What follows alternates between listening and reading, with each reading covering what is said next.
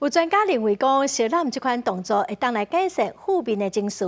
世界各地嘛开始有企业提供小揽的服务哦。在非洲嘛有提供这款服务的公司，咱做伙来看卖。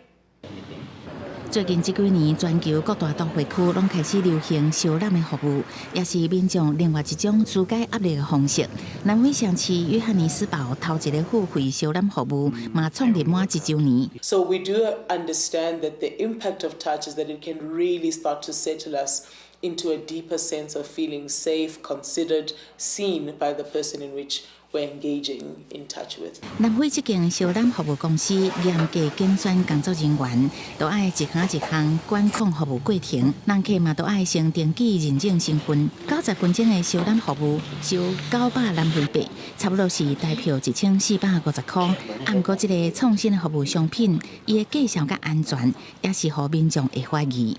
Well, depends on what kind of person is going to be giving me a cuddle. And you see, nowadays it's not safe. 心理咨询师是赞成开放的态度，建议民众把小揽当作一种沟通方式，小揽甲别人产生连结，搁增加亲密感，无一定毋是一种放轻松的好方法。公司新闻，牛眼编译。